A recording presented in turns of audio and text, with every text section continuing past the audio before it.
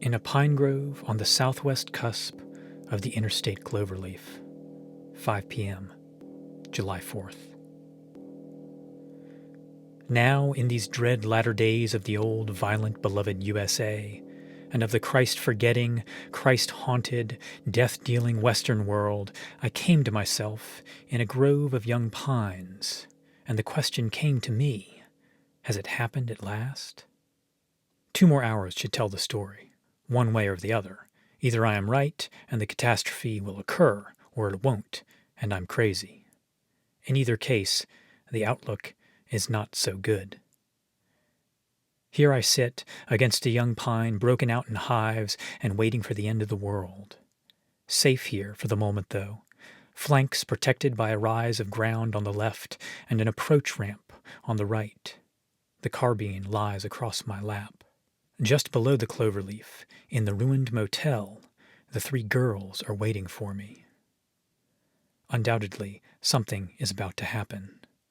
Or is it that something has stopped happening? The young pine I am sitting against has a tumor and is bowed to fit my back. I am sweating and broken out in hives from drinking gin fizzes, but otherwise quite comfortable. The spot on the lower reaches of the southwest cusp was chosen carefully. From it, I command 3 directions of the interstates, and by leaning over the lip of the culvert, I can look through to the 4th eastern approach. These are bad times. For I have reason to believe that within the next 2 hours an unprecedented fallout of noxious particles will settle hereabouts, and perhaps in other places as well. It is a catastrophe whose cause and effects and prevention are known only to me. The effects of the evil particles are psychic rather than physical. They do not burn the skin and rot the marrow. Rather, do they inflame and worsen the secret ills of the spirit and rive the very self from itself. If a man is already prone to anger, he'll go mad with rage. If he lives affrighted, he will quake with terror. If he's already abstracted from himself, he'll be sundered from himself and roam the world like Ishmael. Here in my pocket is the very means of inoculating persons against such an eventuality, or of curing them, should it overtake them. Yet, so far, only 4 persons have been inoculated, myself and the 3 girls yonder in the motel, in rooms 203, 204, and 205. In the latter of those rooms is Felicity, dear Felicity.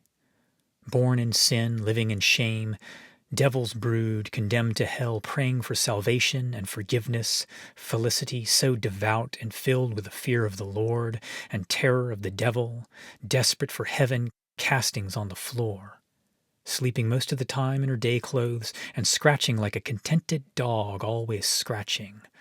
Old, so young, and ugly, so young, and dying, so young.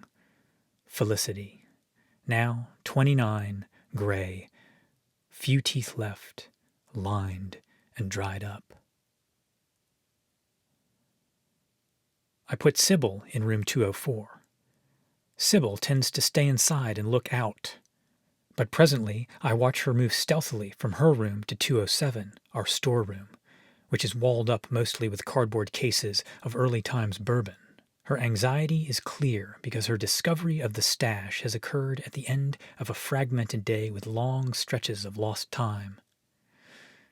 Even as she takes her key out of the lock, closes the door, and squeezes past the newly formed wall, she can feel strong internal movement, the interference of others, as she's learned to call it.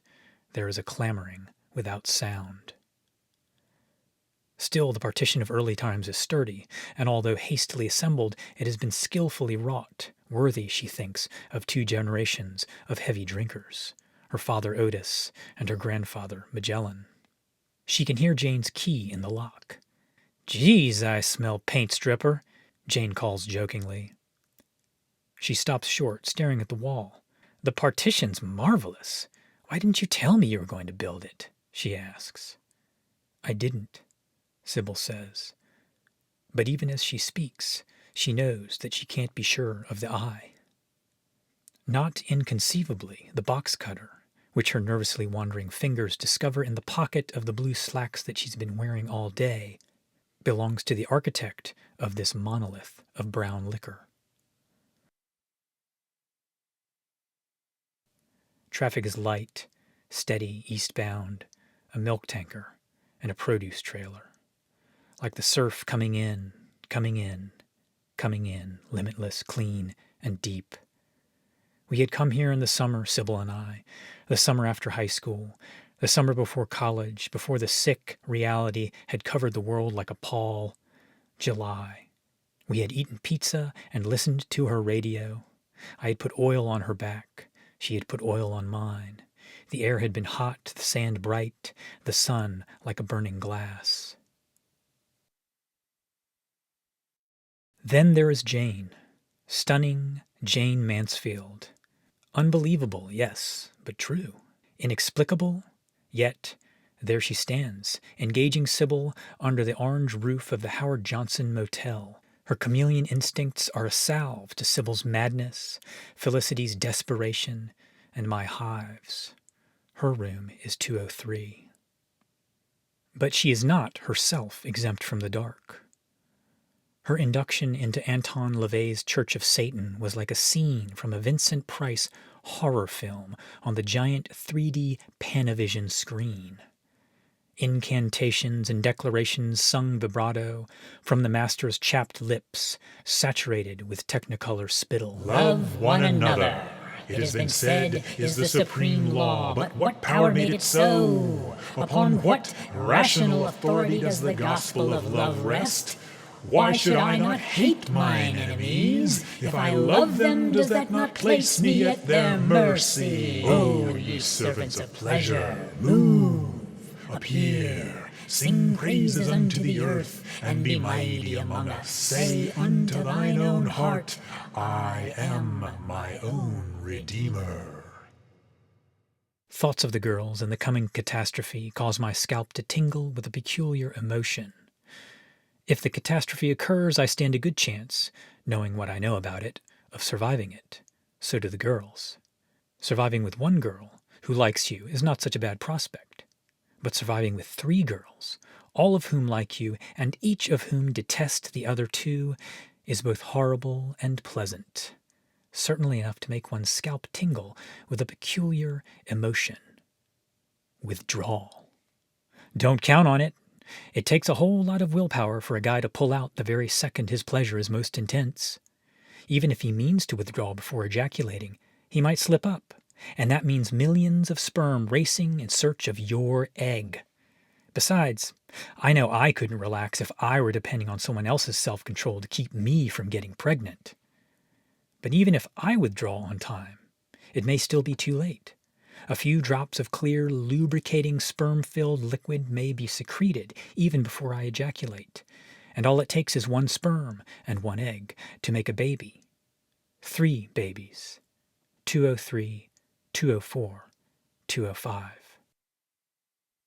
Withdrawal is better than nothing, but in actual use, withdrawal is only 70 to 75% effective. Not enough in my book, the pages of which are blown and faded. Its cover has been wrapped in holiday paper from a dime store. Inside the front, a message to the reader, to me, is scrawled in blue ink. Hazel D. Bland. Be nice and don't ask to borrow any of these books. Then I won't have to be ugly. Thanks. I stretch my prickling scalp to remember how I borrowed the book in the first place, and doubly defied Hazel by never returning it. No such memory exists, as if, rather than never happening, the memory simply stopped happening to me.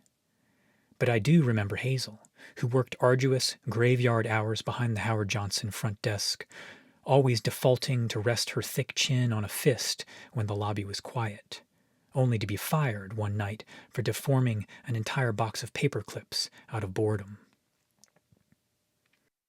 I am reading to pass the time, and to distract myself from my scalp, which feels airy and quilted, and now and then pops a hair root like a dirigible popping its hawsers, one by one. A roof tile of the motel falls and breaks on the concrete. I finger the top of the book to find my place, marked with a strip of newsprint. The bookmark is an ad torn from a magazine, name unknown, but published February 1971, page 39. Glamorous wigs. Selection of 5 ready-to-wear styles and 10 attractive colors. Only $4.95, worth much more. Wig style 119. Wig style 122.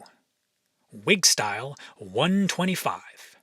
Wig style 121. Wig style 124. Glamorous, ready-to-wear styles that add luxurious fullness to limp or thin hair. Send no money. Free 10-day trial. Franklin Fashions Corporation, Department H595, 378 Franklin Street, Hempstead, New York. If only there were time, I think. Wig style 119 would bring vigor back into Felicity's conquered disposition. She's as hard on herself as Jane is on the rest of us. It saddens me to watch the punishment rain down on her, manifest from something deeply internal, originating in the nucleus of every cell. I suppress the urge to leave my post and join Sybil under the orange roof by turning my gaze to the page and reading. Around midnight, a highway department truck was spreading a thick white fog of mosquito spray. Easing along behind the slow-moving truck was a huge 18-wheel flatbed semi. The sedan, with Harrison at the wheel, Sam beside him, and Jane next to the door, came around a curve and plunged into the chemical fog.